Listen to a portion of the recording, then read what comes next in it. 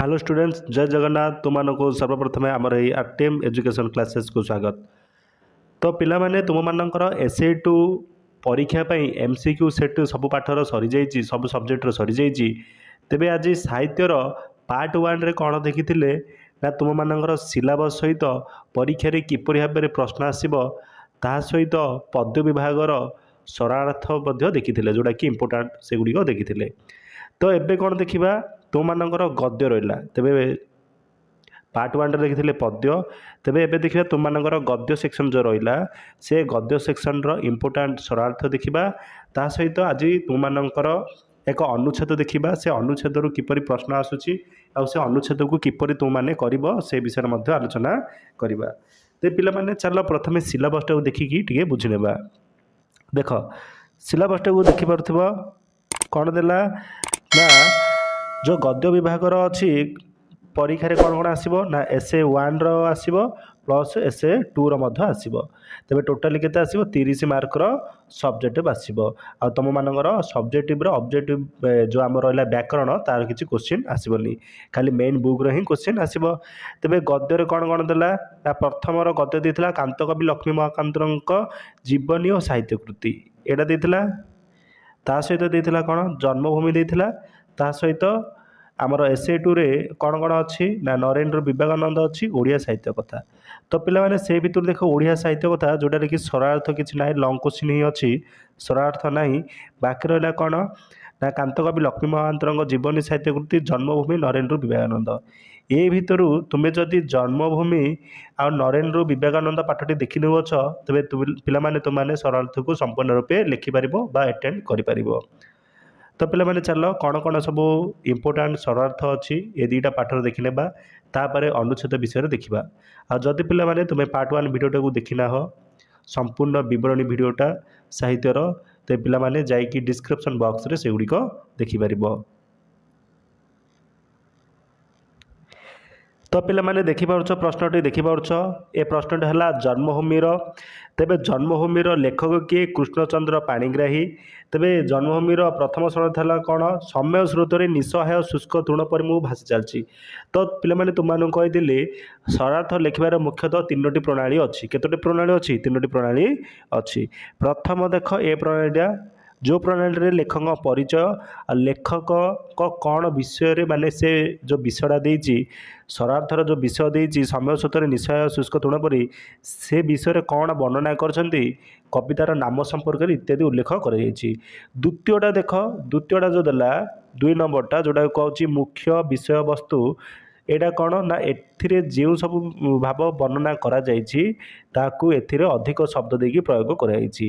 तापर आकु नेकरी शेषटा बा उपसंहार तैयारी होइछि कौन ना से जो प्रसंगटा वास्तव में कौन अटे, शिक्षामूलक कि सत्यता अच्छी कि हृदय स्पर्शी अच्छी से विषय रे जोड़ा यथार्थ सेटा ही लिखा जाए। तेबे केतटा ना 3टी पार्ट तार अच्छी बुझिनेले। तेबे देख प्रश्न देखिनेल आ पिला माने जो सरार्थ एवं करुचे बा जो सब्जेक्ट मध्य आसुची से विषयटी को तुम मैंने भल भाव में जानिथिबा दरकार। एटा सब वीडियो रे मु कहूची जो पाठ मध्य पढ़ुछ भल भाव में किछि ना किछि जानिथिबा दरकार, ताहाले जाइए तुम मैंने से प्रश्नटी को अटेंड करि परिबो।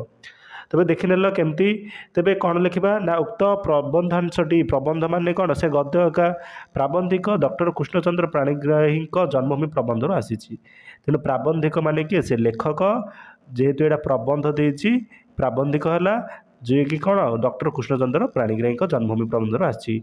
आलोच्य प्रसंग में प्राबंधिक निजे समय स्वर निश्चय तृण पर भाषा असाध्य प्रकाश करिसंती, कारण से निज ग्राम ठारू बहुत दूर थिले आ ग्राम कौन कार्य क्षेत्र बा कर्म क्षेत्र से योगदान न करबा न कर पारुनथिबारु से एपरि भाव प्रकाश करथिले।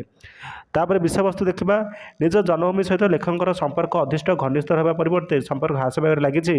कर्तव्यर ताड़न से सहरर अवसान करथिबा जोगु दीर्घ दिन पर आठार फेर को साहस करू ना। अर्थ कौन पिला जी बयस बढ़ुची आम जन्मभूमि से भल पाइबा बढ़िया कथा, किंतु लेखकर से समय कौन हो बयस सीना बढ़ी किंतु से कहते जो संपर्कर जो घनिष्ठ रही जो निबिड़ रही है दिन दिन कमी, कारण से सहर में रोचंती और चाहे ग्रामर कौन कार्य क्षेत्र में योगदान करें।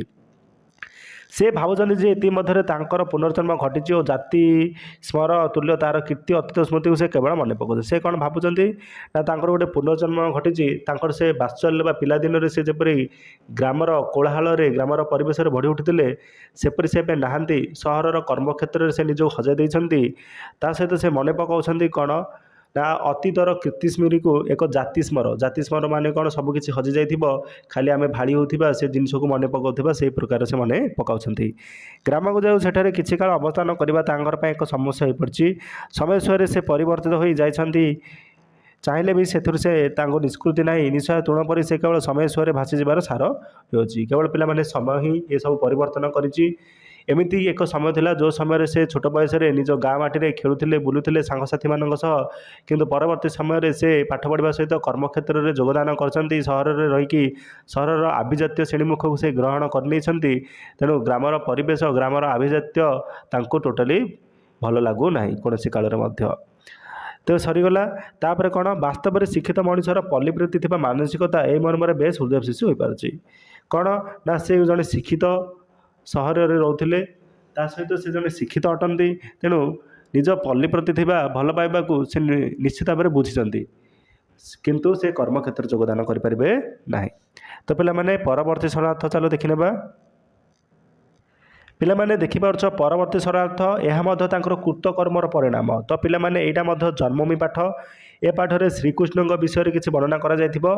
ଦେଖ କ'ଣ ଉକ୍ତ ଗଦ୍ୟାଂଶଟି ସେଇଟା ଦେଖିଲା ପ୍ରାବନ୍ଧିକ ଗଦ୍ୟାଂଶଟି ଲେଖକ ବା ପ୍ରାବନ୍ଧିକ ମଧ୍ୟ ହେବ।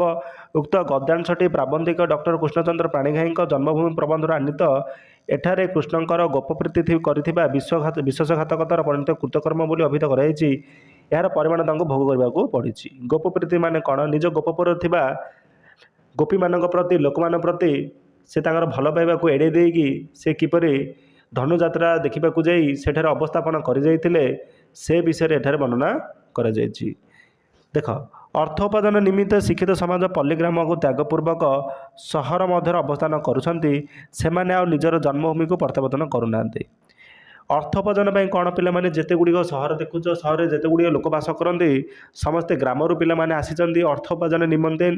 କାରଣ ସହରରେ ବିଭିନ୍ନ ପ୍ରକାର ସୁବିଧା ଅଛି, ସ୍ୱାସ୍ଥ୍ୟ ଚିକିତ୍ସାର ରହୁଛି, ତା ସହିତ ସାମାଜିକ ସୁବିଧା ଅଛି, ତା ସହିତ ରାସ୍ତାଘାଟ ଶିକ୍ଷା ଏସବୁ ସୁବିଧା ଅଛି। ତ ଲୋକମାନେ ସେଠି ବିଭିନ୍ନ ପ୍ରକାର କର୍ମକ୍ଷେତ୍ରରେ ଆସି ସେଠାରେ ନିଜକୁ ହଜାଇ ଦିଅନ୍ତି। ଗ୍ରାମର ଯେଉଁ ଯୁବକମାନେ ଉଚ୍ଚଶିକ୍ଷା ଲାଭ କରନ୍ତି ସେମାନଙ୍କ ସମ୍ପର୍କରେ ଗ୍ରାମରେ ବହୁ କଳ୍ପନା ଜଳ୍ପନା ଚାଲେ। ତ ପିଲାମାନେ ଏଇଟା ଜାଣିଥିବ, ଗାଁରେ ଯଦି କିଏ କିଛି ଭଲ ପଢ଼ିଲା ତା ସହିତ ଭଲ କାମ କଲା ତା ବିଷୟରେ ଗ୍ରାମମାନଙ୍କରେ ସକାଳୁ ସନ୍ଧ୍ୟା ସମୟରେ ମଧ୍ୟ ବହୁ ଚର୍ଚ୍ଚନା ବହୁ କଳ୍ପନା ଚାଲେ। ସେମାନେ ନିଜ ନିଜ ପିତାମାନଙ୍କ ଆଶା ଭରସା ସ୍ଥଳ ହେବା ସଙ୍ଗେ ସଙ୍ଗେ ଗ୍ରାମର ବୃଦ୍ଧ ବ୍ୟକ୍ତିମାନଙ୍କ ପ୍ରଶଂସାର ପାତ୍ର, କୁମାରୀମାନଙ୍କ ଅପାଙ୍କର କେନ୍ଦ୍ର ହୋଇଥାନ୍ତି। କିନ୍ତୁ ସମୟ ଆସେ ଯେତେବେଳେ ଗ୍ରାମବାସୀମାନେ ସେମାନଙ୍କୁ ଦେଖିବାର ସୁଯୋଗ ମଧ୍ୟ ପାଆନ୍ତି ନାହିଁ। ତ ପିଲାମାନେ ଏପରି ପିଲାମାନଙ୍କୁ କ'ଣ କରନ୍ତି ନା ଯେଉଁମାନେ ଭଲ ପଢ଼ନ୍ତି ସେମାନେ ଗାଁର ଗୋଟେ ଭଦ୍ର ବ୍ୟକ୍ତି ହେବା ସଙ୍ଗେ ସଙ୍ଗେ ଗାଁର ଲୋକମାନଙ୍କ ପ୍ରିୟ ପାତ୍ର ହୋଇଯାଆନ୍ତି। ତା ସହିତ ଗାଁ ଲୋକମାନେ ମଧ୍ୟ ତାଙ୍କୁ ଭଲ ସମ୍ମାନ କରନ୍ତି। କିନ୍ତୁ ଯେତେବେଳେ ସେମାନେ ସହରକୁ ଯାଆନ୍ତି ସେତେବେଳେ ସେମାନଙ୍କୁ ଆଉ ଦେଖା ଦର୍ଶନ ମିଳେ ନାହିଁ, ସେମାନେ ନିଜ ଗ୍ରାମକୁ ଭୁଲିଯାଆନ୍ତି। ସେହିପରି କ'ଣ ହୋଇଥିଲା, ଦ୍ୱାପର ଯୁଗରେ କୃଷ୍ଣ 3 ଦିନକୁ କଣ୍ଟ କରି ମଥୁରାକୁ ଯାଇ ଗୋପପୁରକୁ ନ ଫେରିଲା ପରି ସେମାନେ ମଧ୍ୟ ଗ୍ରାମକୁ ଫେରନ୍ତି ନାହିଁ। କିନ୍ତୁ ସେମାନେ ଭାବିବା ଉଚିତ ଯେ କୃଷ୍ଣତୁଲ୍ୟ ମହାପୁରୁଷ ମଧ୍ୟ ଏହି ଅନୈତିକ ପରିଣତି ଭୋଗ କରୁଥିଲେ। ତ ପିଲାମାନେ କାହା ସହିତ ତୁଳନା କରାଯାଇଛି? କୃଷ୍ଣଙ୍କ ସହିତ। ଯେମିତି ଦ୍ୱାପର ଯୁଗରେ ଜାଣିଛ ଶ୍ରୀ ବିଷ୍ଣୁଙ୍କ ଅବତାର କୃଷ୍ଣ 3 ଦିନକୁ କଣ୍ଟ କରି କ'ଣ ଗଲେ, ମଥୁରାକୁ ଗଲେ, ଧନୁଯାତ୍ରା ଦେଖିବାକୁ ଗଲେ, କିନ୍ତୁ ଗୋପପୁରକୁ ଫେରିଲେ ନେଇ। ଗୋପର ସେବା ବୃଦ୍ଧି ଆବାଳ ବୃଦ୍ଧ ବନିତା ଗୋପୀମାନଙ୍କୁ ସେ ଛାଡ଼ି ଦେଇକି ପଳେଇଲେ, କିନ୍ତୁ କହିଥିଲେ 3 ଦିନକୁ ଫେରି ଆସିବି ବୋଲି, କିନ୍ତୁ ସେ ଆସିଲେ ନାହିଁ। ସେହିପରି ଶିକ୍ଷିତ ଯୁବଗୋଷ୍ଠୀ ମଧ୍ୟ ଏପରି ଯାଆନ୍ତି, ଆସନ୍ତି ନାହିଁ। କିନ୍ତୁ ଶେଷରେ ଶ୍ରୀକୃଷ୍ଣଙ୍କ ସହିତ ଯେଉଁ ସବୁ ଘଟଣାମାନ ଘଟିଥିଲା ତାହା ଶିକ୍ଷିତ ସମାଜ ବା ଶିକ୍ଷିତ ସେ ପଲ୍ଲୀର ଗ୍ରାମ ଲୋକମାନଙ୍କ ଉଚ୍ଚଶିକ୍ଷିତ ଲୋକମାନଙ୍କ ମଧ୍ୟରେ ମଧ୍ୟ ସେମିତି ଯୁବଗୋଷ୍ଠୀଙ୍କ ଭିତରେ ଘଟିଥାଏ। କ'ଣ କ'ଣ ହେଇଥିଲା ପିଲାମାନେ ଆଉ ଟିକେ ଦେଖିନେବା। ତ ଦେଖ ନନ୍ଦ ଯଶୋଦାଙ୍କର ସ୍ନେହ ଗୋପାଙ୍ଗନ ପ୍ରେମଳରେ ଲାଳିତ ପାଳିତ ଶ୍ରୀକୃଷ୍ଣ ସମସ୍ତଙ୍କ ପ୍ରତି ପ୍ରବଞ୍ଚନା କରିଥିଲେ। ପ୍ରବଞ୍ଚନା ମାନେ କ'ଣ ପିଲାମାନେ ଠକି ଦେଇଥିଲେ। से आसी नथिले आउ से परवर्ती काल रे हेले महाभारत तुल्य महासमर कर्णधार। तेज जानिच श्रीकृष्ण हेले परवर्ती कालर महाभारतर तुल्य महासमरर कर्णधार। महाभारत विषय तुम पिला माने जानिथिब। मथुरा ठारू द्वारका पर्यंत विपुल भूखंड राजा अगणित पुत्र सन्तान पिता होई सुधा तांका परिशेष कुपन्थी भोगिबाकू पड़िथिला। तेज जानिच श्रीकृष्ण कह होइथिले ना जेतेबेले से मथुरा गले सेठारु से बड़ हेबा संगे संगे अगणित पुत्र कन्या मानकर संतित होते ता सहित कौन कहते ना पुत्र संतान पिता हुई सुधा से कौन करते ना निजक सेठार हजई देते जहाँफल तार शेष पर्यंत भोगिया पड़ता। निजर पुत्र और नाती मैंने मदपान कर परस्पर प्रभास तीर्थरे ध्वंस पाइला अरण्य में विपुल आश्चर्यमंडित द्वारका हवा जलमग्न है। संतान ग्रहण गृहहीन धनहीन और राज्यहीन हो परिशेष वनभूमि व्याधशर निशेष निश्चित त्याग कले। यह हूँ कृतकर्म परिणाम। तो पिलाने जितेबाला तुम मैंने महाभारत युद्ध पर ये सब घटना अच्छी आर अनेक किसी पुस्तक मिलूँ से पुस्तक मैंने तुम पढ़ी ज्ञान आहरण कर। वास्तव में ये वर्णना बेस तात्पर्यपूर्ण अच्छी बेस शिक्षणीय यथार्थरे आर पिला माने ठीक भाव में आर शिक्षण विषय वस्तु अच्छी प्रसंग करते वास्तव में यथार्थमूलक अटे। तो पिला माने आमर सरीगला कौन हे जन्मभूमि सरीगला। तो चल नरेन्द्र विवेकानंद पाठटी देखा। पिलाने देख नरेन्द्र विवेकानंद भोकिला पेटरे भोकिला लोकंर दुख को निज आखिरे देखी हृदय विगलित हो जाता तरली जाऊला देला भोकिला लोकंर डड विगलित है। तो पिलाने लेखिले हम न लेखिले हम सेमती किसी ना। उक्त प्रबंधटी प्राबंधिक शरत कुमार महंती नरेन्द्र विवेकानंद प्रबंधर आसी आलोच्य प्रसंग में विवेकानंद भारत भ्रमण काल में क्षुद्र जनता मान दुखद अवस्था देखी किपर व्यथित होते तार चित्र प्रदान कराते। नरेन्द्र कौन करते विवेकानंद जोटा कहला कौन नरेन्द्र विवेकानंद से बाटे जो विवेकानंद कौन होते ना गुरु देहात्याग पर से भारत भ्रमण करी लोक मानकर प्रकृत अवस्था विषय देखी जो लोक मैंने कि खावा को पाई नथिले दरिद्र अवस्था रोते से दुख देखी नरेन्द्र दुख हो जाते। कौन केमी देखने तृतीय थर भारत भ्रमण काल में विवेकानंद निजर कर्मपंथा स्थिर देश को परीक्षी नेबार बासना दृढ़ीभूत करते। युद्ध क्षेत्र में सेनापति क्षेत्र परीक्षा पर विवेकानंद विशाल भारतर प्रत्येक कोण को खेरी जाते। तृतीय थर जितेबाला से भारत भ्रमण करते भारतर सब अंचल को जाकि लोक विषय जानवा आग्रह होता। सन्यासी रूप ये सेनापतिर कार्य बेस तात्पर्यपूर्ण था किंतु सन्यासी रूप भितर सेनापतिर अभिजनित मानसिकता और श्रद्धा बेस बारी हो पड़ता। राजा महाराजा घरे आतिथ्य लाभ अपेक्षा से दीन दुखी साधारण जनतार संसार आसवाक अधिक आग्रह देखाते। तो जितेबाला से भारत भ्रमण करते राजा महाराजा मैंने से महान अतिथि भाव को ग्रहण करने को खूब खुशी होते किंतु से तांकर आतिथ्य को ग्रहण न करी गरीब दुखी लोक मान पाखे रहा से भल पाते। भोकिला लोकर दुखर हृदय विगलित है। दिने गोटे सांतला बस्ती से अतिथि हेले। तो पिलाने एमती गोटे घटना घटला निश्चित भाव में तुमने पढ़ी कौन है ना गोटे सांतला बस्ती से गोटे थर अतिथि हेले। ये आदिवासी मैंने दिन को मुठाए भात पाऊन गचर पत्र चेर खाई क्षिद निवारण करथिबा बेले तांको खाइबा पाइबा विशेष ध्यान देते। ये महान पुरुष को बा महान सन्यासी विशेष ध्यान को माने देते ना सांताल आदिवासी माने।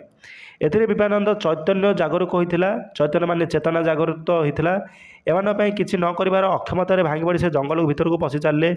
उद्देश्य थिला तांकर असार जीवन को बाघ महरे आहार करने। तो पिलाने तृतीय थर जितेबाला से भारत भ्रमण करते से एपरी किसी चिंता लाभ करते मात्र बाघ तांको देखी बाट भांगी चली जाता।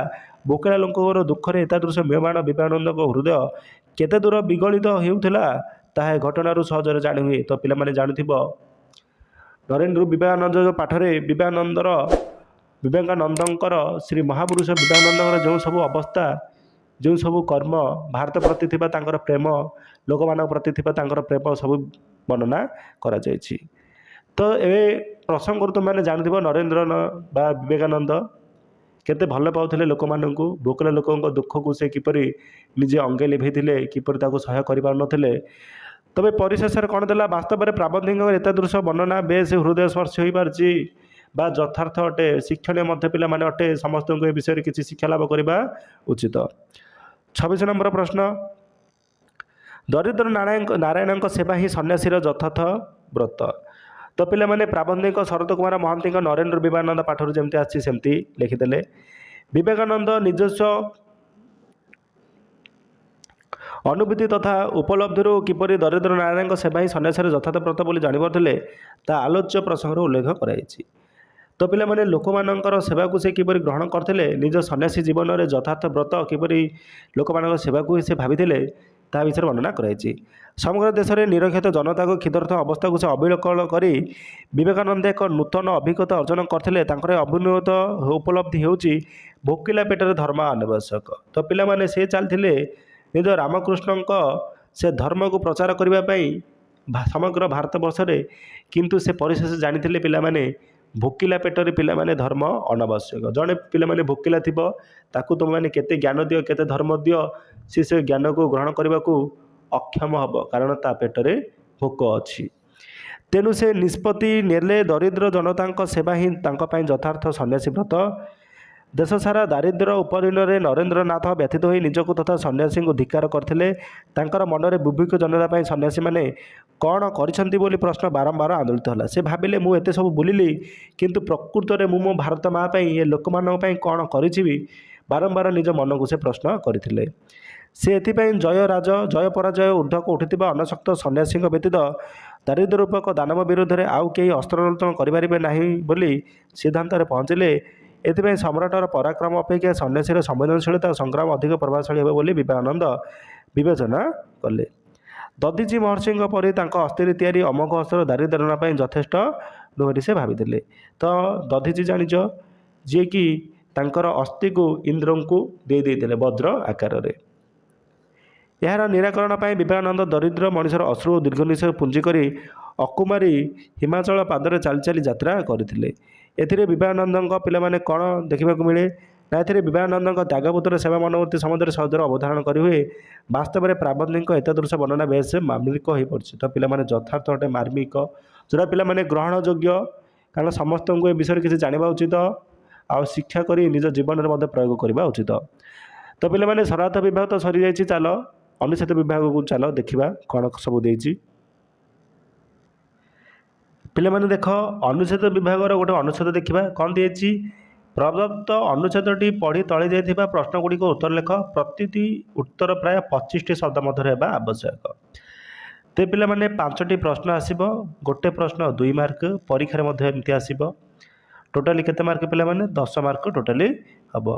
तेरे चलो अनुच्छेदटी पढ़ी ना कौन भारत वर्ष पर गोटे कृषि प्रधान देश पक्षर पाणीपाग संबंधी ज्ञानर जो विशेष गुरुत्वपूर्ण रही यही उक्ति बारंबार पुनरावृत्ति कराଯାଇपारे। तो पिला माने अनुच्छेदटी की मन देकी भल भाव पढ़ प्रश्न अनुसार विषय कौन है आवश्यक तार संक्षिप्तीकरण करी तुमने लिख। दुखर सहित उल्लेख करने को पड़े जे भारत में कौन विश्वविद्यालय ए विषय शिक्षा देवाक एपर्यंत व्यवस्था करना। शिक्षा विभाग कार्यकलाप और देश मध्य प्रकृत आवश्यकता मध्य जेकोसी प्रकार सहयोग ना उपरोक्त अभाव ता अन्यतम उदाहरण। मोर मन हुए भारतीय पाणीपाग संबंध में गभीर अध्ययन और गवेषणा करने संगे संगे तजनित ज्ञानर बहुल प्रचार करने नितांत आवश्यक। ए विषय प्रत्येक भारतीय गवेषणा विश्वविद्यालय किसी ना कि व्यवस्था करने उचित। एपरिक ए विषय जदि विशेष शिक्षा देवाई जड़े सहकारी अध्यापक को नियुक्ति कराए ताहले मध्य दिगरे किसी कार्यकारी होची जनाजिब। पूर्वर समस्त धारणा अच्छी जे सरकार पृष्ठपोषकता बिना पाणीपाग समुद्र कौन कार्य कर मो मतरे एभली धारणा पछरे कौन न्यायसंगत संयुक्ति ना। वैज्ञानिक माने जे अनेक मूल्यवान कार्य करें तिलमात्र सन्देह ना। छड़ा गवेषणा जदि सरकारी दफ्तर किसी प्रकार साहाय्य सहयोग आवश्यक हुए तेरे से साहाय्य सहयोग जे अनंति विलंबे मिल से विषय सन्देह अवकाश ना। तो पिला माने भारतीय कृषि रे पाणीपागर मुख्य विषय वस्तु ता सहित प्रत्येक विश्वविद्यालय केमिति से शिक्षा हेबा उचित सबू छात्र छात्री केमिति से विषय अध्ययन करने उचित सरकारी तरफ किपरि पदक्षेप से विषय निया उचित से विषय एठारे वर्णना करा जायछि। तेबे बुझिनेले सारांशटी कौन तेबे चलो देखा गोटे पर गोटे करवा। देख प्रथम प्रश्न कौन पचारा प्रथम प्रश्न पचारा समस्ते क्यों धारणा करिथांती। तो पिला माने एपरि गोटे देखि लिखाई कौन ना कौन लिखाई ना पूर्वर समस्त धारणा अच्छी जे ସରକାରୀ ପୃଷ୍ଠପୋଷକ ବିନା ପାଣିପାଗ ସମ୍ବନ୍ଧରେ କୌଣସି କାର୍ଯ୍ୟ କରାଯାଇପାରେ ନାହିଁ। ତେଣୁ ସମସ୍ତେ କ'ଣ ଧାରଣା କରନ୍ତି ନା ସରକାରୀ ପୃଷ୍ଠପୋଷକତା ବିନା ପାଣିପାଗ ସମ୍ବନ୍ଧରେ କୌଣସି କାର୍ଯ୍ୟ ହୋଇପାରିବ ନାହିଁ ବୋଲି ସମସ୍ତେ ଧାରଣା କରିଥାନ୍ତି। ତେବେ ପ୍ରଥମ ପ୍ରଶ୍ନର ଉତ୍ତର ପିଲାମାନେ ହେଇଗଲା। ସେପରି ଦ୍ୱିତୀୟ ନମ୍ବର ପ୍ରଶ୍ନ, ଗବେଷଣା ନିମନ୍ତେ କାହାର ଆବଶ୍ୟକତା ଜରୁରୀ? ତ ପିଲାମାନେ ଗବେଷଣା ନିମନ୍ତେ ନିଶ୍ଚିତ ଭାବେ ସରକାରୀ ସାହାଯ୍ୟ ଆବଶ୍ୟକତା ଜରୁରୀ। ଏଇଠି ଲେଖା ହେଇଛି ଦେଖ, ଗବେଷଣା ଯଦି ସରକାରଙ୍କ ଦପ୍ତରରୁ କୌଣସି ପ୍ରକାର ସାହାଯ୍ୟ ବା ସହଯୋଗ ଆବଶ୍ୟକ ହୁଏ ତେବେ ସେଭଳି ସାହାଯ୍ୟ, ଯଦି ଏଇଠି ଦେଖ ଆବଶ୍ୟକ ହୁଏ ମାନେ କ'ଣ, ନିଜେ ସରକାର ହିଁ କିଛି କ୍ଷେତ୍ରରେ ସାହାଯ୍ୟ କରିବା ଦରକାର। ତେଣୁ ଗବେଷଣା ନିମନ୍ତେ ସରକାରଙ୍କ ସାହାଯ୍ୟଙ୍କର ଆବଶ୍ୟକତା ଅତ୍ୟନ୍ତ ଜରୁରୀ ଅଟେ। ସେହିପରି 3 ନମ୍ବର ପ୍ରଶ୍ନ, ଆମ ଦେଶ ପାଇଁ କେଉଁଠି ଅତ୍ୟନ୍ତ ଗୁରୁତ୍ୱପୂର୍ଣ୍ଣ? ଆମ ଦେଶ ପାଇଁ କେଉଁଟା ଅତ୍ୟନ୍ତ ଗୁରୁତ୍ୱପୂର୍ଣ୍ଣ?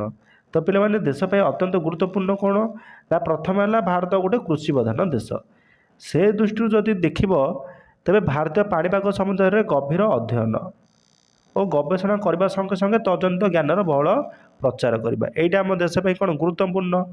ତେବେ ତାକୁ କେମିତି ସଂକ୍ଷିପ୍ତ କରିବ ନା ଆମ ଦେଶ ପାଇଁ କେଉଁଟା ଗୁରୁତ୍ୱପୂର୍ଣ୍ଣ ନା ଭାରତୀୟ ପାଣିପାଗରେ ବା ଆମ ଦେଶରେ ସେ ପାଣିପାଗ ସମ୍ବନ୍ଧରେ ଗଭୀର ଅଧ୍ୟୟନ, ତା ସମ୍ବନ୍ଧରେ ଗବେଷଣା ସଙ୍ଗେ ସଙ୍ଗେ ସେ ଜ୍ଞାନର ପ୍ରଚାର କରିବା ହେଲା ଆମ ଦେଶ ପାଇଁ ଗୁରୁତ୍ୱପୂର୍ଣ୍ଣ।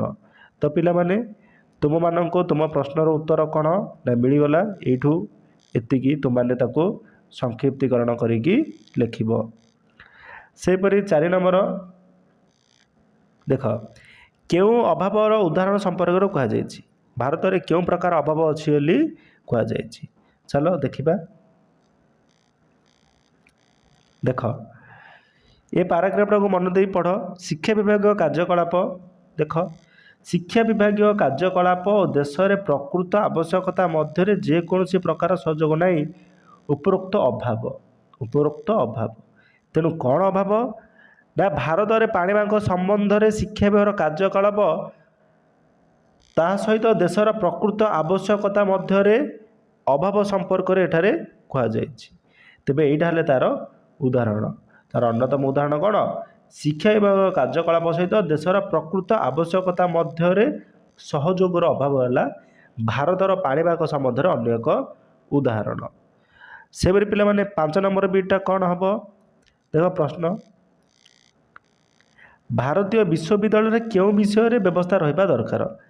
ଭାରତୀୟ ବିଶ୍ୱବିଦ୍ୟାଳୟରେ କେଉଁ ପ୍ରକାର ବିଶ୍ୱବିଦ୍ୟାଳୟ? ତ ବିଶ୍ୱବିଦ୍ୟାଳୟ କ'ଣ ନା ପାଣିପାଗ ଶିକ୍ଷା ବିଭାଗରେ ହିଁ ଶିକ୍ଷାଦାନ କରାଯିବା ଟିକିଏ ଆବଶ୍ୟକ ନିଶ୍ଚିତ ଭାବରେ। ତେବେ ଦେଖ ଭିଟା କ'ଣ ହେବ? ପାଣିପାଗ ସମ୍ବନ୍ଧୀୟ ଜ୍ଞାନର ଯେ ବିଶେଷ ଗୁରୁତ୍ୱ ରହିଛି ଏହି ଉକ୍ତି ବାରମ୍ବାର ପୁନରାବୃତ୍ତି କରାଯାଇପାରେ। ପାଣିପାଗ ସମ୍ବନ୍ଧ ବା କୃଷିରେ ପାଣିପାଗ ଜ୍ଞାନ ମଧ୍ୟ ରହିବା ଆବଶ୍ୟକ। ତେବେ ଭାରତୀୟ ବିଶ୍ୱବିଦ୍ୟାଳୟରେ କେଉଁ ବିଷୟ ବିଷୟରେ ବ୍ୟବସ୍ଥା ରହିବ ନା ପାଣିପାଗ ଜ୍ଞାନ ସମ୍ବନ୍ଧୀୟ ଯେଉଁ ଶିକ୍ଷା ରହିଲା ସେ ବିଷୟରେ ଟିକେ ଗୁରୁତ୍ୱ ଦେବା ଆବଶ୍ୟକ। ତା ସହିତ ତା'ର ପ୍ରଚାର ମଧ୍ୟ ଗୁରୁତ୍ୱ ଦେବା ଆବଶ୍ୟକ। ତ ପିଲାମାନେ ଏତିକିରୁ ତୁମର କ'ଣ ହେଲା ନା ତୁମମାନଙ୍କର ଉତ୍ତର ମିଳିଗଲା। ତେବେ ଆକୁ ସଂକ୍ଷିପ୍ତ କରିକି ଆମମାନେ ଲେଖିଲେ। ଆଉ ଯଦି ପିଲାମାନେ ତୁମେ ଡାଇରେକ୍ଟ ତାକୁ କିଛି ନ ଚେଞ୍ଜ କରି ଡାଇରେକ୍ଟ ତାକୁ ସଂକ୍ଷିପ୍ତ ନ କରି ଯଦି ପକାଇ ଦେଉଛ ତ ପିଲାମାନେ ନିଶ୍ଚିତ ଭାବରେ ମାର୍କ ମିଳିବ ନାହିଁ। ତୁମମାନଙ୍କୁ ଏଇଟା ସହଜ ଲାଗିପାରେ କିନ୍ତୁ ପ୍ରକୃତରେ ପିଲାମାନେ ତୁମମାନେ ୟାକୁ ନିଶ୍ଚିତ ଭାବରେ ସଂକ୍ଷିପ୍ତ କରିବ, ବୁଝିବ ଯେଉଁଟା ଉତ୍ତର ପିଲାମାନେ ଲେଖିବ। କାରଣ 25ଟା ଶବ୍ଦ ଭିତରେ କହିଛି, ଅଧିକ ପିଲାମାନେ ଲେଖିବ ନାହିଁ। ଆଉ ମନେ ରଖିବ ଗୋଟେ 2 ମାର୍କ। ତେବେ ଗୋଟେ 2 ମାର୍କ ହେଲେ କେତେଟା ନା 5ଟି ପ୍ରଶ୍ନ, ଟୋଟାଲି ତୁମର 10 ମାର୍କ ହେଲା। ଯଦି ପିଲାମାନେ ଠିକ୍ରେ ନ ଲେଖିବ ତେବେ ମାର୍କ କମିଯିବ। ତ ପିଲାମାନେ ଏଇ ଅଧ୍ୟାୟରେ ଆମେ ଜାଣିନେଲେ। ତ ପରବର୍ତ୍ତୀ ଅଧ୍ୟାୟରେ କ'ଣ ଜାଣିବା? ତୁମମାନଙ୍କର ସାହିତ୍ୟରେ ଯେଉଁ ଆସିଥିବା ଏସେ ତା ସହିତ ଦରଖାସ୍ତ ଇତ୍ୟାଦି ବା ପତ୍ର ଲିଖନ ବିଷୟରେ ମଧ୍ୟ ଜାଣିବା। ତ ପିଲାମାନେ ରହୁଛି। ଜୟ ଜଗନ୍ନାଥ, ଧନ୍ୟବାଦ।